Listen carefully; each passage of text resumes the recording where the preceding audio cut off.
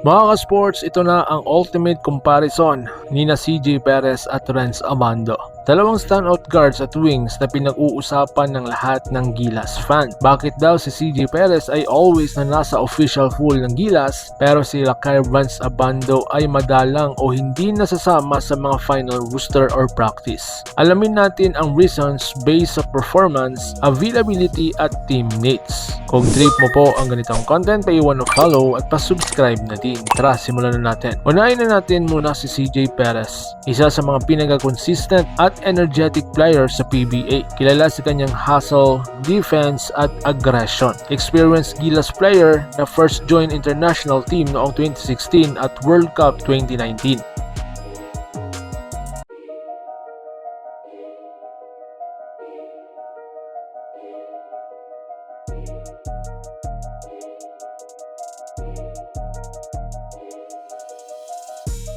Si Renz Abando naman ay isang athletic wing na nag-shine up sa UAAP at naglaro sa Korean Basketball League or mas kilala nating KBL. May international experience kasama ang Gilas sa FIBA World Cup 2023.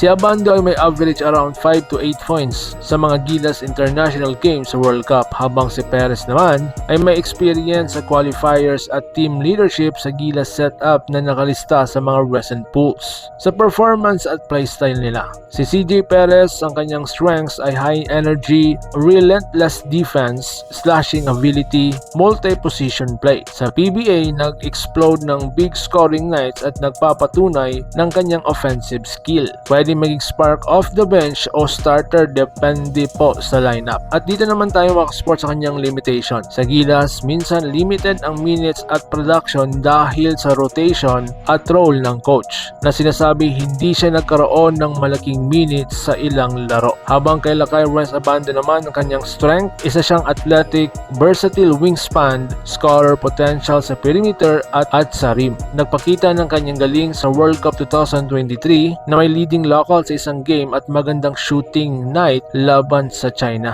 Ang mga limitasyon nila kay Renz Abando, hindi nakapag-attend ng full Gilas training, preparation sessions para sa FIBA Asia Cup dahil may ibang commitments, especially sa William Jones Cup. Kaya hindi siya fully nakasama sa final lineup at pool. Dahil short on time practice, Coach Tim Cone hindi na siya nasama sa final roster para sa Asian Cup. So ngayon mga sports, ang tanong ng sambayanan, why CJ Perez is always in the pool? Kasi nga Coach Tim Cone at SBP priorities. Continuity daw and loyalty niya sa mga veteran at established player kagaya ni CJ Perez. Pool decision may include budget, travel, lineup stability, kaya kunting adjustment lang ginagawa. Si Perez ay may respect at trust sa coaches, maraming international exposure kaya mas ready daw ang kanyang role. May ped support sa rotation, especially kapag ibang main scorer hindi available. So ngayon mga sports, ang second question, why Abando is often not in the final pool? Mga ka-sports, sa kanyang communication daw at availability issues.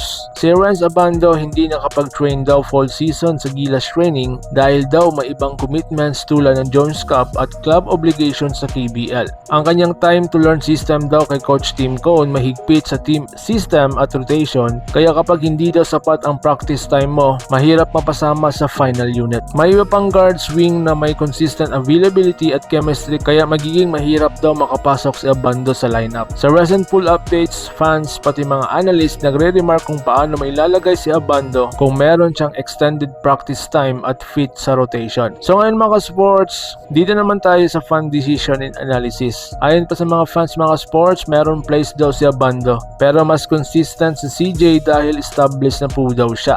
Ang teams need spacing plus swings. Kung mag-i-improve ang shooting down nila kay Renz Abando, pwede siyang maging asset. Pero based sa Reddit threads at community talk, hindi official pero relevant sa fanbase, sa isang competitive Gilas setup, hindi lang daw talent ang kailangan. Pati po daw ang availability, understanding of system at timing ng practice ay malaking factor. Sa huli mga ka-sports, parehong talented sina CJ Perez at Renz Abando, ngunit iba ang kanilang mga sitwasyon pagdating sa Gilas dahil nga daw si CJ ay consistent at available kaya madalas kasama sa sa pool habang sila kay Renz Abando ay di lang makapag-commit ng full training at kaya nagiging challenge ang selection niya para sa final lineup. So ngayon mga ka-sports, sino sa tingin ninyo ang dapat na deserving makapasok sa final pool? Sino ang mas malaking impact mga ka-sports sa international stage? Si Perez ba o Abando? Like, subscribe at share kung trip mo itong discussion na ito. So paano? Ingat po kayo.